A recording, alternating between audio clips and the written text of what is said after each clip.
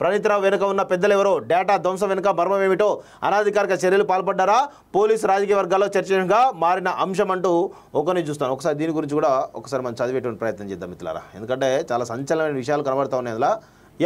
ప్రణీత్ రావు వెనుక ఉన్న పెద్దలెవరో, డేటా ధ్వంసం వెనుక మర్మం ఏమిటో, అనధికారిక చర్యలకు పాల్పడ్డారా, పోలీసు రాజకీయ వర్గాల్లో చర్చగా మారిన అంశం. కంచె చేను మేసిన చందంగా డీఎస్పీ ప్రణీత్ రావు తాను పనిచేసిన విభాగంలోని సమాచారాన్ని ధ్వంసం చేసిన ఉదంతం పోలీస్ శాఖతో పాటు రాజకీయ వర్గాల్లో చర్చగా మారింది. ఆయన చర్యల వెనుక ఉద్దేశం ఏమిటి అన్నది అందరి మంది తెలుస్తోంది.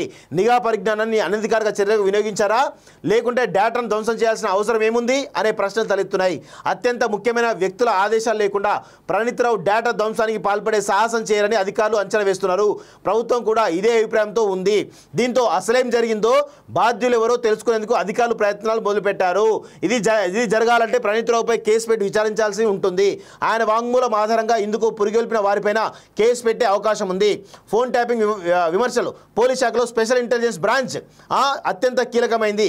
ఉమ్మడి రాష్ట్ర సమయం నుంచి తెలంగాణ ఎస్ఐబికి దేశంలోనే మంచి పేరు ఉంది. వామపక్ష తీవ్రవాదం ఉధృతంగా ఉన్న రోజుల్లో నిఘా విభాగంలో ప్రత్యేక ఉప విభాగంగా ఉన్న దీన్ని ఏర్పాటు చేశారు. మావోయిస్టుల కదలికలు, ఇతర సమాచారం సేకరించేందుకు ఈ విభాగానికి అత్యాధునిక పరిజ్ఞానం సమకూర్చేవారు.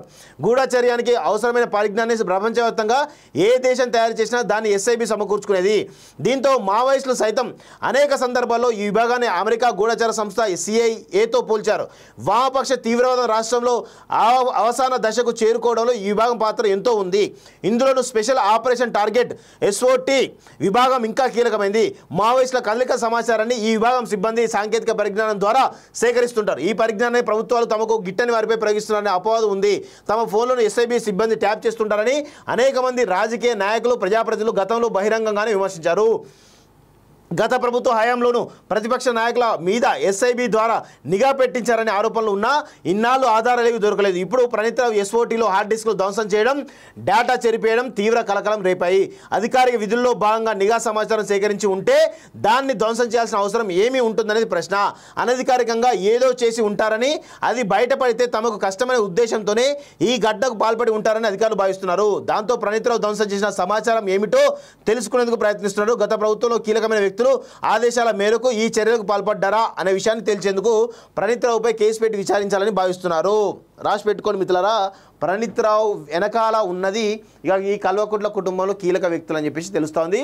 వాళ్ళ కుటుంబ సభ్యుల భార్యల ఫోన్లు కూడా ట్యాప్ చేశారని చెప్పేసి కూడా క్లియర్గా తెలుస్తూ ఉంది. సో ఖచ్చితంగా ఇది చాలా పెద్ద అంశం, చాలా పెద్ద కుదుపు ఉండే అవకాశం అయితే కనబడుతుంది. దాని వెనకాల మరి రాజ్ పాకాల ఉన్నాడా, సంతోష్ రావు ఉన్నాడా, కేటీఆర్ ఉన్నాడా, హరీష్ రావు ఉన్నాడా, కవిత ఉందా అనేది తెలియాల్సిన అవసరం ఉంది. కేసీఆర్ ఉన్నాడా కూడా తెలియాల్సిన అవసరం ఉంది. వాళ్ళపైన కూడా వాళ్ళ చుట్టూ కూడా ఉచ్చుబించే అవకాశం అయితే కనబడతా ఉన్నాయి మిత్రులారా.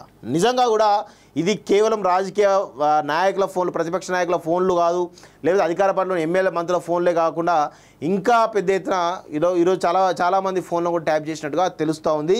మరి చాలా కీలకమైనటువంటి ఆడియోలు కూడా దొరుకుతున్నట్టయితే మనకున్నటువంటి సమాచారంగా కనబడతా ఉంది మిత్రులారా.